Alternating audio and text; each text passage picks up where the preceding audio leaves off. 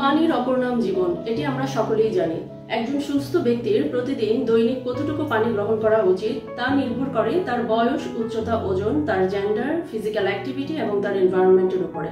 তাছাড়া অনগোয়িং যে প্রসেসগুলো চলে, যেমন তার কতটুকু সোয়েটিং হচ্ছে এবং তার ইউরিনেশন কতটুকু হচ্ছে।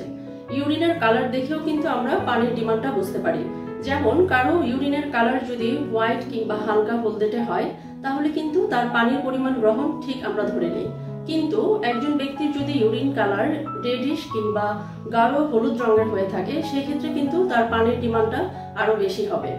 পানি বডির পিএইচ, টেম্পারেচার, মেটাবলিজম, তাছাড়া ব্লাড সার্কুলেশন এবং ব্লাড প্রেশার ও ডাইজেশনের জন্য অত্যন্ত গুরুত্বপূর্ণ ভূমিকা পালন করে। একজন সুস্থ মানুষের তার চাহিদা অনুযায়ী প্রতিদিন 2 থেকে 2.5 কিংবা 3 লিটার পানি গ্রহণ করতে পারে, তবে সেটি অবশ্যই তার ডিমান্ডের উপরে ডিপেন্ড করবে।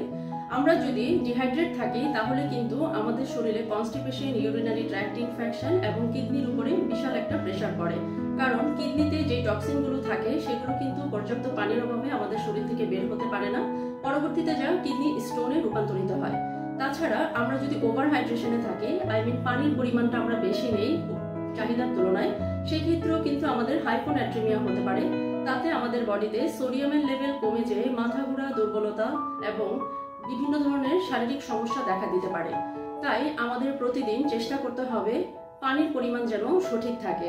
আমরা বিশেষ করে ন্যাচারাল রিহাইড্রেশন যে ড্রিঙ্কসগুলো আছে, সেগুলো গ্রহণ করব।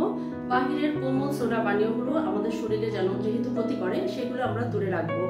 আমরা ন্যাচারাল রিহাইড্রেশন ড্রিঙ্কস বলতে বিভিন্ন ধরনের ফল এবং ফলের জুসকেই প্রায়োরিটি দিয়ে থাকি। এতে আমাদের বডি পর্যাপ্ত পরিমাণ মিনারেলস পায় এবং ইলেকট্রোলাইট ব্যালেন্সও বজায় থাকে।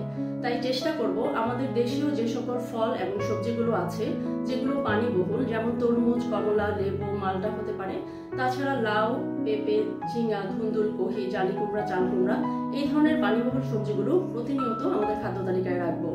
ধন্যবাদ।